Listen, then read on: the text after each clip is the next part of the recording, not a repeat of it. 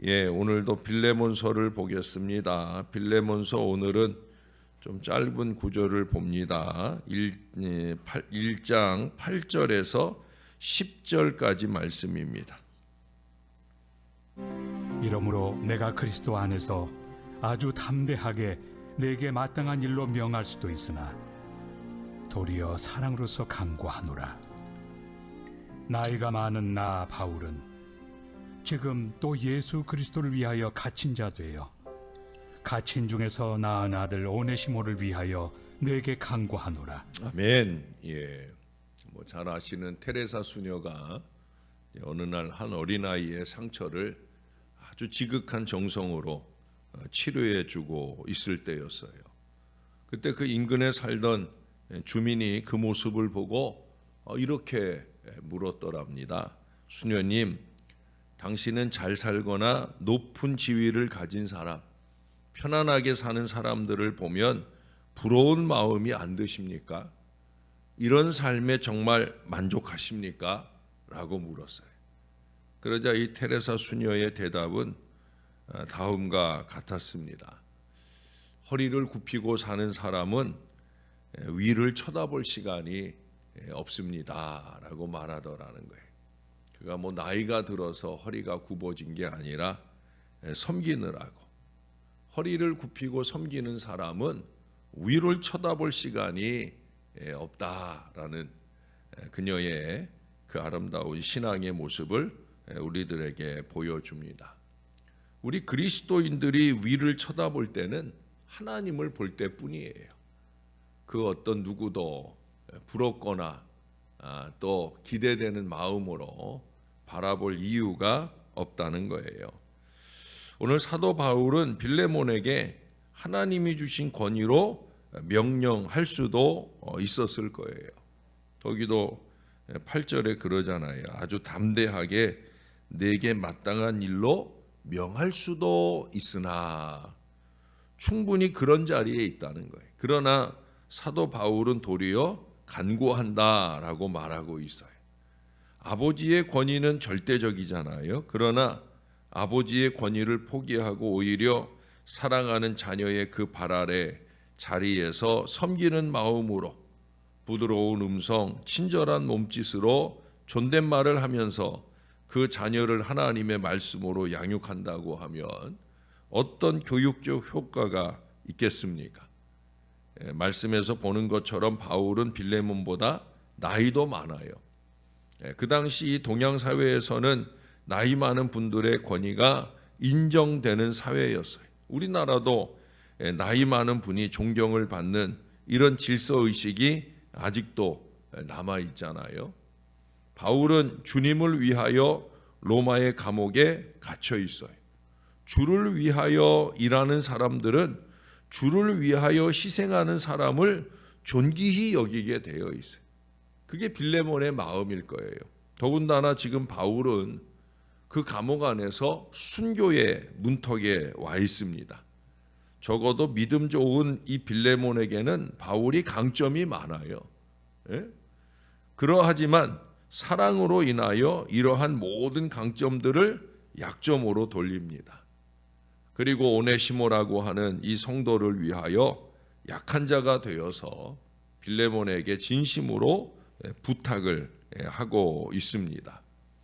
강자의 부탁은 강압이 될 수 있을 거예요. 강요가 될 겁니다. 그러나 약자의 부탁은 긍휼을 자아낼 수가 있습니다. 우리 가정과 교회는 가족들끼리, 성도들끼리 서로 긍휼을 자아내며 서로 교제하고 있는지 좀 생각해 보아야 할 것입니다.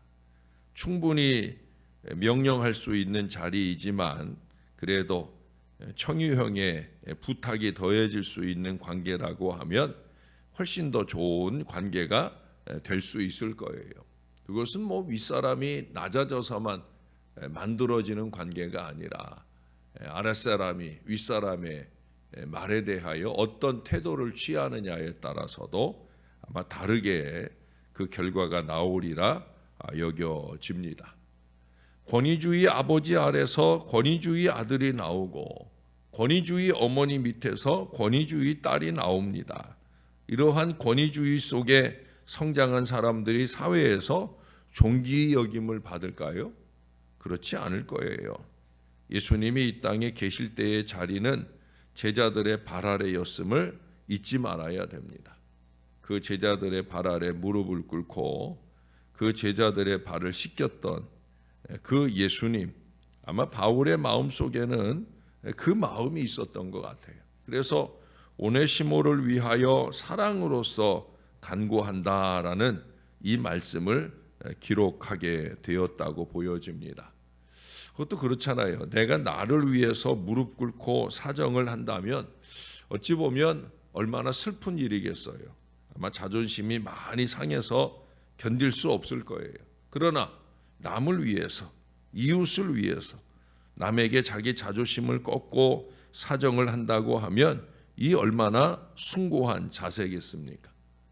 할아버지가 손자에게 사랑하는 다른 손자를 위해서 정중히 부탁을 한다거나 또는 할머니가 어머니를 위하여 진실하게 그 손자들에게 효도를 사정한다고 하면 얼마나 그 손주들에게 그 마음의 감동을 주겠습니까? 사람의 감성에 호소하는 것이 의지나 지성에 호소하기보다 훨씬 더 빠른 효과가 나타나게 되어지는 겁니다.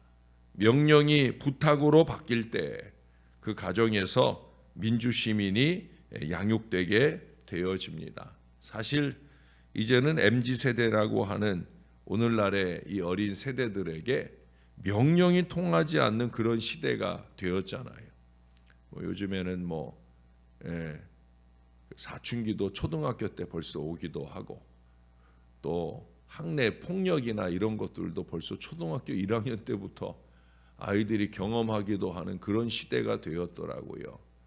그만큼 아이들이 너무 폭력적이고 또 강압적인 그런 가운데 그것을 이겨내고자 하는 그런 반대 경향성이 강하다 보니까 결국 우리가 그들에게 감동이라고 하는 이 은혜를 끼치려고 하면 더 내려가야 되는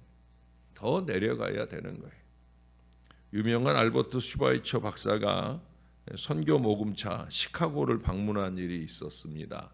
아마 한 번 정도는 들어보셨을 건데 슈바이처 박사를 환영하기 위해서 시카고 시장을 비롯한 많은 유명 인사들이 그 기차역에서 기다리고 있어요.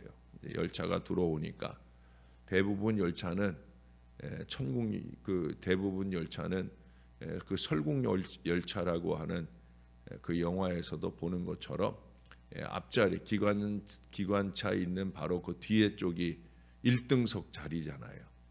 사람들이 주로 그 1등석 자리에 몰려서 슈바이처가 내리기를 기다렸어요. 근데 아무리 기다려도 슈바이처 박사가 보이질 않는 거예요. 근데 나중에 슈바이처 박사가 3등석에서 내려오더라는 거예요. 그래서 왜 3등석을 타셨습니까? 라고 묻자 슈바이처가 그러더랍니다. 4등석이 없어서 3등석을 탔지요 라고 대답을 하더라는 거예요.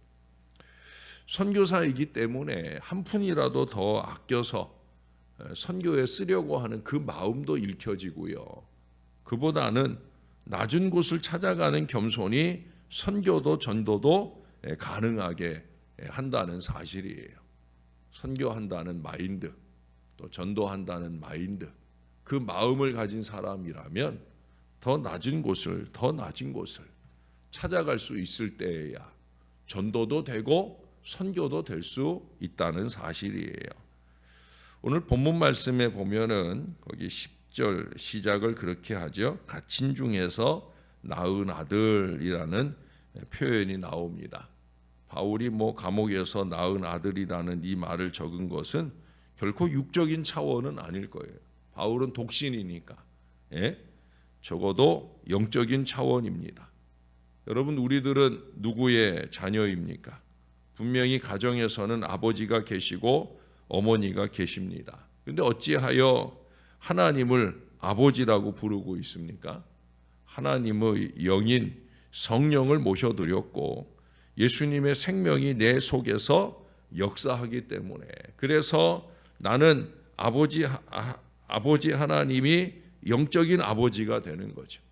그래서 우리는 끊임없이 기도할 때마다 아버지, 아버지, 저는 아빠 그럴 때도 있는데,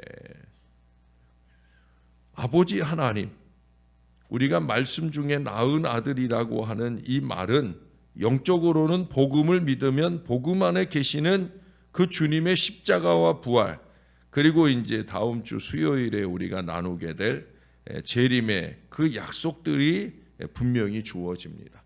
그래서 복음을 듣고 믿으면 복음의 사건이 나의 영 안에 임재하시고 활동하게 되어지는 거예요. 그래서 여기 복음으로 낳은 아들이 되는 거예요. born again, 거듭남의 은혜가 우리에게 이루어지게 되었다는 겁니다. 어제 저녁에도 우리가 예수님의 십자가 부활을 공부하면서 나의 죄 때문에 십자가, 나의 의와 구원을 위한 부활이라는 말씀들을 나눴잖아요. 우리는 우리 주님께 주님의 피값으로 다시 낳으신 아들, 딸들입니다.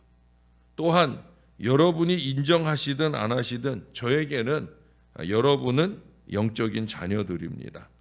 저는 목자로서 양을 대하는 마음보다는 아버지로서 자녀를 대하는 마음이 더 큽니다.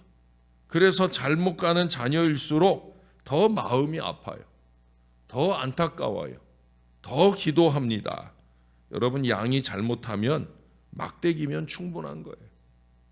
양이 잘못 가면 막대기면 충분합니다. 그러나 자녀가 잘못하면 훈계의 막대기도 필요하겠지만 그보다는 눈물의 기도가 더욱더 절실한 거예요. 우리를 자녀 삼아 주신 우리 주님의 은혜를 기억하는 저와 여러분이라고 하면 그 주 안에 서야 됩니다. 아버지 하나님께서 원하시는 그런 모습대로 살아내기 위해서 영부림치는 신앙이 필요하다는 거예요. 아버지 하나님께 효도 잘하는 자녀는 그 아버지의 뜻대로 사는 자녀입니다. 신앙 연륜이나 헌신 연륜이 더해가면서 자꾸 괴악한 고집만 늘어가며 자기 생각대로 사는 그런 고집불통의 그런 모습 말고 더 겸손히 아버지의 뜻대로, 아버지 하나님의 말씀대로 그렇게 살아내기 위해서 더욱더 영부림치며 노력하는 저와 여러분이 꼭 될 수 있도록, 그래서 우리의 가정도 우리의 교회도 정말 예수 믿는 사람들의 그 거듭난 인생들이 모인 복된 공동체로서의 그 아름다움이 넘쳐날 수 있게 되기를 우리의 구주 되시는 예수님의 이름으로 간절히 축원합니다. 기도하겠습니다. 하나님, 날씨가 조금 쌀쌀해져서 우리의 몸과 마음을 움츠러들게 합니다. 아마 이렇게 조금씩 겨울이 되어가고 금년 겨울에는 또 많이 추울 거라 하는데, 많이 더웠던 여름을 생각하면 많이 추운 겨울은 얼마나 힘들까. 우리가 벌써부터 어깨를 움츠르지 말게 하시고 우리의 신앙의 어깨는 더욱더 활짝 펴져서 주님의 은혜를 갈망하며 새벽을 깨우는 이 건강한 믿음을 잘 지켜내게 도와 주시옵소서. 우리 하나님께서 원하시는 그 아름다운 신앙을 살아내기 위해 오늘도 주의 말씀을 상고하나이다. 우리는 어떤 마음가짐으로 살고 있는지, 나이 많은 것이 힘이 되고 지위 높은 것이 힘이 되는 그 어리석음을 뿜어내며 살고 있는 건 아닌지, 하나님, 우리들에게도 기꺼이 하늘 보자 버리고 이 땅 가장 낮은 곳에 오셔서 기꺼이 제자들 앞에 무릎을 꿇었던 그 예수님의 마음을 본받을 간절함이 우리에게 있도록 도와 주시옵소서. 더 낮아지고 더 겸손해서 그래서 주님이 원하는 뜻을 주 안에 이루어가는 하나님의 사람들 될 수 있게 하나님 그렇게 우리를 만들어 주시길 소원합니다. 가정 안에서도 교회에서도 이와 같이 낮아진 자세로 서로를 높이는 아름다운 덕이 세워짐을 통하여 우리 하나님께 영광이 되고 그 믿음 마음으로 행하는 모든 신앙적인 일들이 주님의 뜻을 이루는 거룩한 일들이 되어 우리 하나님께 언제나 큰 영광 돌려지도록 도와주시옵소서. 특별히 주의 백성들의 영육간의 강건함을 붙들어 주시길 소원합니다. 아버지 은혜로 우리가 한 걸음 한 걸음 살아가는 것이오니 더욱더 주를 의지할 마음을 주시고 간절한 마음으로 주를 의지할 때 주님의 놀라운 치유와 회복이 나타나게 도와주옵소서. 특별히 우리의 자녀들을 붙들어 주옵소서. 하나님, 믿음에서 떠나 있는 자녀들, 예배 생활에서 떠나 있는 자녀들 주님의 품 안으로 불러주시고 예수 잘 믿을 신앙이 되어지게 하나님, 우리가 그들에게 영적인 거인의 모습으로 좀 더 신령하게 다가갈 수 있게 도와주시고 명령보다는 따뜻한 권유로 예수 잘 믿게 되는 은혜와 역사가 우리 자손들에게 나타나게 축복해 주시옵소서. 아버지, 수능 시험이 일주일 남았습니다. 많이 떨리고 걱정하는 우리의 자녀들 주님이 꼭 붙들어 주옵소서. 다현이, 태연이, 민성이, 서윤이 이 아이들을 특별히 주님께서 관심해 주시고 일주일 기간 동안에도 최선의 노력을 경주하여 지혜로 담대함으로 좋은 시험 결과를 얻을 수 있도록 은혜 베풀어 주옵소서. 주님께 의지하고 주님께 맡깁니다. 감사합니다. 예수님 이름으로 기도합니다. 아멘.